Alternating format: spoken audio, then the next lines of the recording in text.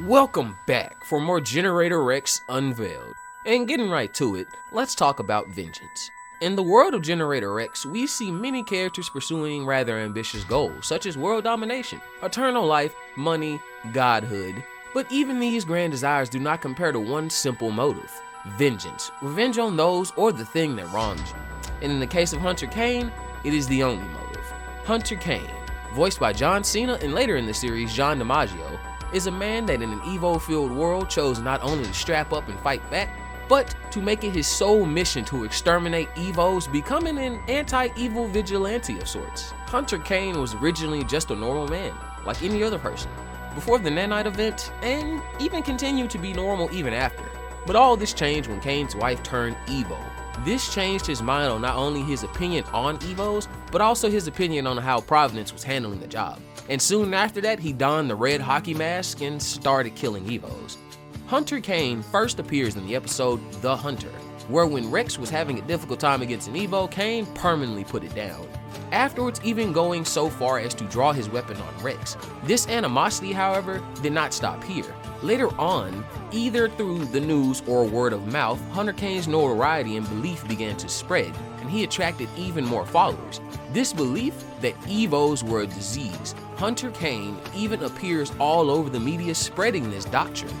Through this, Hunter Cain basically whips the public into a frenzy to the point to where even Rex can't even enjoy a game of basketball with Noah without Cain's private army attacking him and provoking him into basically looking like the crazy Evo that Cain had painted him as. One of the many things I noticed about Hunter Cain was that, like a certain other evil individual in Generator X, he is extremely charismatic, taking advantage of people's not only confusion but also their fear of the unknown.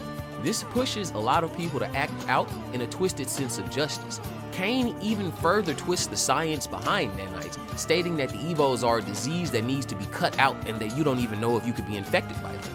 This propaganda goes so far it even causes the general public to fear and hate Rex, pushing him to feel no different than the Evos in the petting zoo. Later in the episode, when Cain and his army ended up fighting against a hive of phantom-like Evos, Providence's weapons seemed to be ineffective, as it seemed like only Cain's weaponry could harm them. And during this, he even chooses to attack Rex. He goes further to reveal that he staged all these attacks and that the Evos were all cloned by him, having invested everything just to discredit Providence and Rex.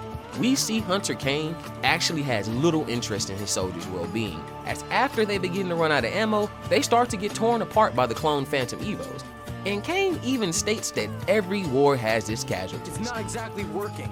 Every war has its casualties. This by itself shows that Hunter Cain simply uses other people to accomplish his end goal, something we'll see a lot more of in the series. He will not only lie, but will fabricate a false cause and narrative, though his end goal is the end of Evo kind. Now, thanks to Rex, the situation gets wrapped up nicely, and Hunter Cain finds himself in the custody of Providence and his militia abandoning him. The next time we get to see Hunter Cain is in the Season 2 episode Night Falls. And obviously it seems to happen off screen. We really don't know what happened, but Cain somehow got out of jail.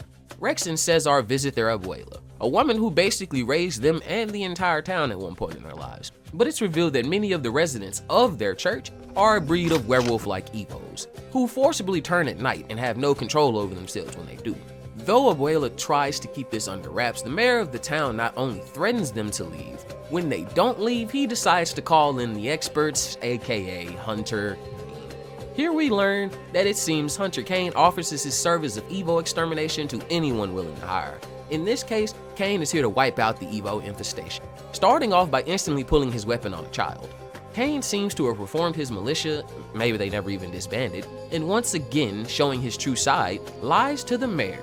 Cain was hired to intimidate them, to simply push them out of the area, but he states he's going to annihilate all the Evos in the compound. Cain is willing to kill everyone in that church, simply because of his hatred for Evos, even threatening to shoot Abuela before the Evos got on him. And in the attack, we find out Cain simply paid his way out of lockup and boasts that not everyone at Providence is an Evo lover. And we see here that Hunter Cain is truly a man that holds a grudge, saving one of his nanite killer rounds specifically for Rex. And man, if your hatred has to be so massive you're literally holding bullets for children, you might wanna get that checked out. Kane's hatred of Evos goes so far as to almost even get him killed as he makes the final stand against Abuela and her Evos, until he throws a grenade and the militia flees. With Hunter Kane finally pushed out, the story resolves itself with a nice family dinner. Though Rex does still warn Federico and Abuela that Hunter Kane is a man that holds a grudge, and he will be back. The final time we get to see Hunter Kane is in the infamous Season 3 episode, Enemy's Mind, where we see Hunter Kane freeze Gatlock, Valve, and No-Face, all for the sole purpose of exterminating Rex. Aside from Valve, the enemies freed are some of Rex's greatest foes. It seems Hunter Kane has devised a plan that by throwing Evo after Evo at Rex, the four of them will slowly wear him down until he has to offload his nanites, during which he will allow No-Face to kill Rex. We see here, Hunter Kane can clearly curb his rage towards Evos long enough to work with them. One notable thing in the breakout was that we see Hunter Kane for a brief moment restrain No-Face, though with cases like Agent 6, it seems some humans can match Evos somehow in this world. And once again, we truly see that Kane has connections at Providence, as he somehow had the access codes to the drawbridge, simply saying he has friends in high places. Though we know it was Black Knight who gave Kane the codes and also allowed the site to be strongly underguarded, even going further to turn off the controlled city Evo callers. After this, one by one, each of the hit squad terrorizes Rex until finally he has to retreat to offload all his extra nanites at the order of Dr. Holiday. And then Kane's plan comes to full fruition. The four villains find and attack the facility, tracking Rex with a bug they planted. Though nothing really changes here, Rex had figured out their plan all along, and after blitzing the villains, even set them up by reverse engineering the site machinery to produce a shield trapping them. Though we know in the end Black Knight did this to distract Rex and the team from knowing she'd acquired another master nanite.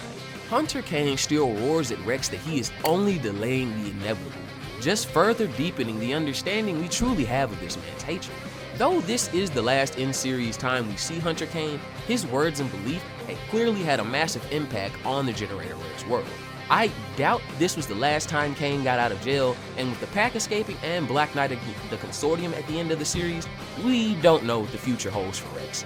So man of action, can we get a sequel, a little bit of a reboot, maybe even like a Omniverse style retcon? But you know, begging aside, thanks for watching everybody. I appreciate you for watching this far, you're awesome, and make sure you stay sane and stay